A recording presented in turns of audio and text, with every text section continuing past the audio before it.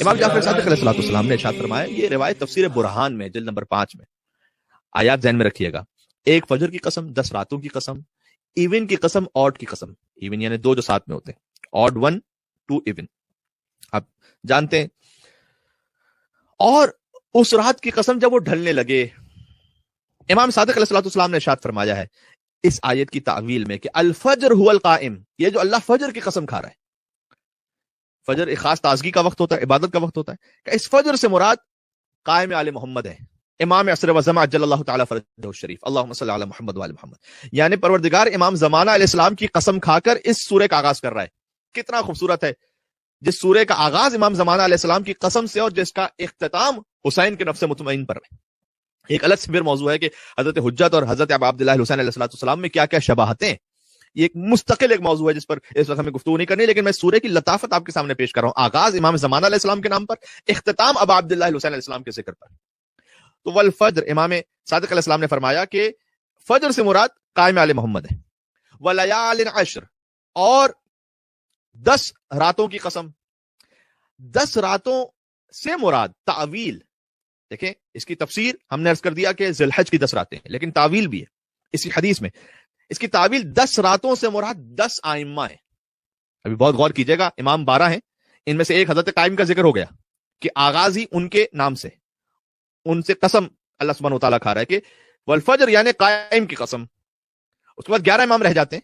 لیکن امام نے یہاں فرمایا کہ 10 راتوں کا جو اللہ نے ذکر کیا اس سے مراد 10 امام ہے، 11 نہیں، 10 امام ہے۔ کون سے 10 امام؟ اس میں بڑی خوبصورت تعبیر ہے، من الحسن الی الحسن، پہلے حسن سے آخری حسن تک، سبحان اللہ۔ سلسلہ امامت کے پہلے حسن ہے امام حسن مجتبی علیہ السلام، سلسلہ امامت کے آخری حسن ہے امام حسن عسکری علیہ السلام۔ تو امام صادق علیہ السلام نے ارشاد فرمایا کہ 10 راتوں سے مراد اللہ سبحانہ وتعالیٰ کی جو مقصود ہے وہ ہے من الحسن الی الحسن، حسن مجتبی سے حسن عسکری علیہ السلام تک، 11 امام ہو گئے۔ ایک خود حضرت قائم، پھر امام حسن نے مجتبی سے امام حسن عسکری علیہ السلام تک۔ والشفع، اور ایون کی قسم، شفع کہتے ہیں جو دو ہوں، ایک جیسے دو ہوں، کاش میری بات پہنچ سکے، اسی لیے عدد 2 کو جفت کہا جاتا ہے، اس لیے کہ ایک اور ایک دونوں سے مل کر 2 بنتا ہے، اس لیے ایون کہتے ہیں نا، اسے برابر ہے۔ اگر دونوں میں سے کوئی ایک بھی کم یا زیادہ ہو تو پھر وہ 2 نہیں ہو سکتا، وہ 2 نہیں ہو سکتا، دونوں ایک ایک برابر سے ہوں گے تب جا کر ایون بنیں گے۔ والشفع، 2 برابر کی قسم،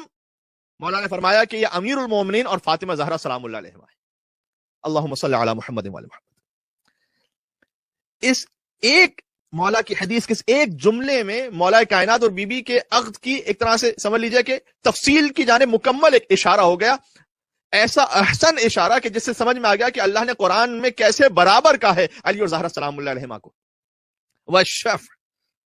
جفت کی قسم جو 2 برابر کے ہیں، علی اور زہرا، امام نے فرمایا۔ تو فجر کی قسم قائم آل محمد، 10 راتوں کی قسم امام حسن مجتبی سے امام حسن عسکری علیہ السلام تک، شفع کی قسم یعنی مولا کائنات اور بی بی زہرا سلام اللہ علیہما، اور پھر آگے رہ گیا والوتر، اور ایک تنہا کی بھی قسم، فرمایا هو اللہ وحدہ لا شریک لہ، وہ تنہا تو پھر خدا ہے، یعنی خدا خود اپنی قسم کھا رہے، خدا کی قسم۔ واللیل اذا یسر، 4 آیت، آپ لطف محسوس کریں گے اس تعویل کو سن کر امام کی جانب سے، کہ ایک رات کی قسم جب وہ ڈھلنے لگے، امام نے فرمایا کہ یہ اشارہ اس طرف کہ جب ہر ظالم حکومت ختم ہو جائے گی اور گزرنے لگے گی تب قائم آل محمد کی حکومت قائم ہو جائے گی۔ رات جب ڈھل جاتی ہے تو پھر صبح نمودار ہوتی ہے، لہٰذا فجر سے مراد قائم آل محمد ہے۔ سبحان اللہ، ایک صلوات کا حق بنتا ہے یہاں پر، اللہم صلی علی محمد و آل محمد وعجل فرجہ۔ یعنی اب میں تعویل کے اعتبار سے اگر ترجمہ کروں تو ترجمہ یہ بنے گا کہ قائم آل محمد کی قسم، امام حسن علیہ السلام سے لے کر امام حسن عسکری علیہ السلام تک آئمہ کی قسم، مولا کائنات اور سیدہ کونین جیسی 2 برابر کی ہستیوں کی قسم، خود اللہ سبحانہ و تعالیٰ کی قسم، اور اس رات کی قسم کہ جب وہ ڈھل رہی ہے تو پھر قائم آل محمد کی حکومت قائم ہو رہی ہے۔ یہ ہے سورہ فجر، جس کا اختتام ہے یا ایتھا النفس المطمئنہ ارجعی الی ربک راضیۃ مرضیہ فادخلی فی عبادی وادخلی جنتی۔ بات واضح ہو گئی؟ ایک اور مل کے صلوات بید خاندان اہل بیت اطہار علیہ السلام پر، اللہم صلی علی محمد و آل محمد، تو واضح ہو گیا۔